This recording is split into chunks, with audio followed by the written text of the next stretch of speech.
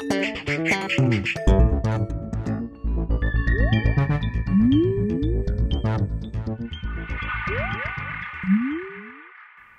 everyone and welcome to the Vortex, where lies and falsehoods are trapped and exposed. I'm Michael Voris, following up on our recent visit to El Paso, Texas. Yesterday's Vortex reviews the situation in El Paso, Texas, where faithful Catholics are desperately pleading their case with their bishop, Armando Ochoa, to have the traditional Latin Mass and the accompanying parish life restored to them.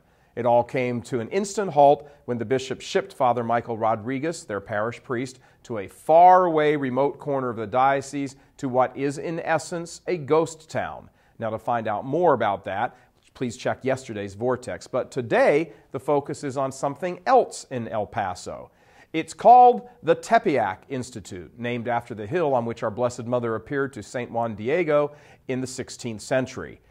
The same Catholics that have been left leaderless by Father Michael Rodriguez's removal are upset and angry, some would say justifiably angry, that the traditional practice and understanding of the faith has been dumped on, while the classes being taught at the Tepeyac Institute seem to be an absolute contradiction to the truths of the faith. In the class, and I had to argue with her time and time again, she said, well, in the times of Jesus, it was just not correct for him to reveal the true face of God, because God is really feminine. The Eucharist should be culturally relevant. It should be rice in the Orient and corn in Latin America and heaven knows what else in other countries. The woman that was teaching the course or moderating the course didn't know what she was talking about. Number one, she didn't know the meaning of liturgy and Eucharist. And one of the things she talked about, that's when I walked out I was there a night and a half. And I walked out when she said that Mass is really just for fellowship. It's not anything of a sacrifice, nothing. It's just we go there for fellowship. The faithful Catholic crowd has been dismayed by what they say has been allowed to be taught here at Tepeyac in the El Paso Diocese, all in the name of the Church. I had heard that there was a lot of unorthodox teachings about, maybe there's a second chance after death, that this is not all there is. You might make some mistakes and God will understand, and so when you die, you're going to get that second chance. And I thought, whoa, that doesn't sound right. I can't teach that. So I'm not about to go and bring trash to people who are coming in and sincerely looking for the truth. I had also heard that, they were really pushing about having us as teachers talk about the possibility of having women as priests. They say the emphasis is on all so-called social justice issues and that man is at the center of what is being taught and not God. In El Paso, anyone who wants to teach the faith in a parish or an RCIA setting or youth class or adult education or practically any other semi-official teaching position has to get certified through the Tepeyac Institute. Problem is, according to those who have actually sat through the classes, what gets taught here actually goes against the faith. Who was a priest and the director of Tepeyac was given the class. So I started jotting down notes because he was saying things that were against the church. As example, there's no hell, there's no purgatory, there's no such thing as original sin, that a person decides if they want to be baptized as an adult. This is what they're teaching the catechist, and this is what they're coming back teaching the children. And now what they're doing is we're not actually having to go to Tepeyac. Now Tepeyac is coming to the churches. So currently right now in my parish, we have teachers there from Tepeyac teaching the exact same thing that I was learning in Tepeyac.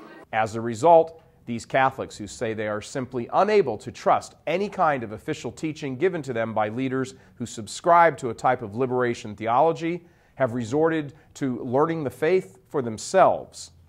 And so this is why I come to these classes, to keep learning my faith a lot deeper. Okay? I don't know everything. I don't know anything. Each week, upwards of 50 people, Catholics, gather for classes in each other's homes and review the official teachings of the Church in various documents like encyclicals and catechisms. The night we were in town, they were getting started on a section about the sacraments, referring first to the Catechism of the Council of Trent, so as to better understand the most recent catechism published under Blessed John Paul II. Using a term and an approach being made popular by Pope Benedict, they say they want to learn the faith maintaining a hermeneutic of continuity, meaning viewing all the most recent teachings and documents in complete accord with all that went before in the 2,000 years, keeping a continuity. Studying the earlier documents allows them to see the mind of the Church and then view the more recent documents from the perspective of that continuity. This avoids any of the erroneous distortions and misinterpretations that have plagued decades of Catholics seeking the authentic understanding of what the Church actually teaches. What they are doing is becoming a type of final effort on the part of large numbers of Catholics all around the United States, as well as other parts of the Western world. They are throwing in the towel on the modernists they say run the show at so many dioceses, and going themselves straight to the sources that are so now readily available. I want them to grow up knowing the true faith, knowing this, loving the beautiful traditional Latin Mass. They already all know all their prayers in Latin. Theirs is a story that is slowly but absolutely blossoming throughout the faithful Catholic world. It is beginning to repeat itself in diocese after diocese as what has been largely disassembled by liberal and modernist churchmen for 50 years and counting is now being picked up and put back together by the few remaining faithful. For those who say they are out of touch and stuck back in some previous century, well, they have a direct answer for that. Well, what I say to them is, look at your kids. Look how they're behaving. They don't go to church. They live together. They have children out of wedlock.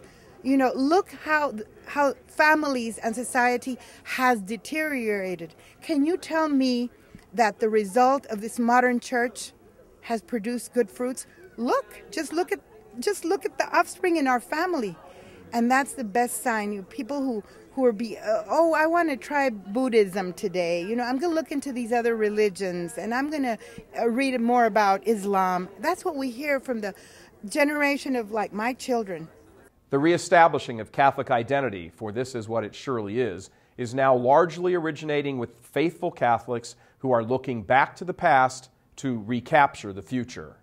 Saint Peter gave up his life. He did not compromise. He did not do any dialogue with the Roman emperors. None of these apostles were trying to be politically correct. They fought with their blood and sweat and eventually their lives. And as for those who have ripped and torn the church apart with their modernist spin and vague, wishy-washy language for the past 50 years, well, the message is pretty clear. You know, I ask, our leaders and our prelates that have abandoned the Catholic faith, at least be honest. Just be honest and stand up there and say, Luther had the decency to leave. Well, he was actually thrown out, but I mean, he recognized what he was. I wish these gentlemen and some ladies that are nuns just, okay, I'm sorry, I don't believe what you guys believe anymore, and leave us. The battle over what it means to be a real or authentic Catholic is only now being engaged. God love you. I'm Michael Vorris.